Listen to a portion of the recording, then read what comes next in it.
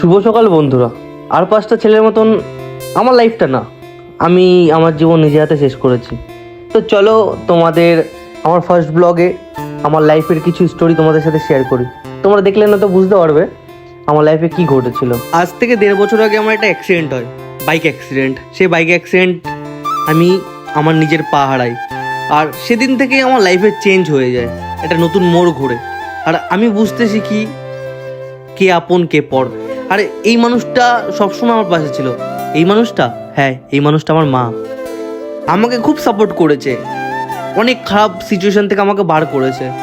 Doctor বলেছিল এই ছেলেটা মারা যাবে, একে ফালতু বাঁচিয়ে লাভ নেই। আমার মা কান্না করতে করতে বলেছিল যে আমার ছেলেকে লাগবে, যত টাকা যাক আমার ছেলেকে বাঁচাতে হবে। যাই হোক, আর বেশি কথা বলছি না, পরের ভিডিওতে সব কথা বলবো। মা আমাকে খুব যত্ন করে, খুব কেয়ার করে। মাকে নিয়ে আর কি বলবো, মাকে নিয়ে যাই বলবো ততই কম পড়ে যায়। আর তোমরা দেখছো আমার প্যান্ট পরতে খুলতে খুবই অসুবিধা হয়, এটা লাগানো রয়েছে। এই নিয়ে আমার 6টা অপারেশন হয়েছে, আর এইটা করতে প্রচুর প্রবলেম, অনেক স্টেপ লাগে। এখনও নেক্সট আমার অপারেশন বাকি আছে। এরকমভাবে যখন স্নান করি আমি প্যাকেট বেঁধে নিই পায়ে, তারপরে স্নান করি। একটা চেয়ারে পা রাখি, একটা চেয়ারে বসে তারপর স্নান করি।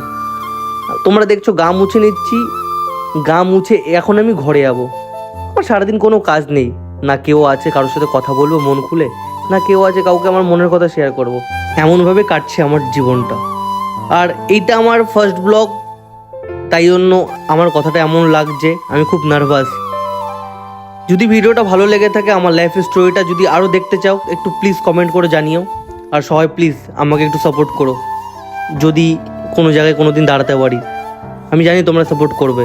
লাভ ইউ সবাইকে। ভিডিওটা এই অবধি, ভালো লাগলে like, comment, share and follow করে দিও। দেখা হচ্ছে পরের ভিডিওতে।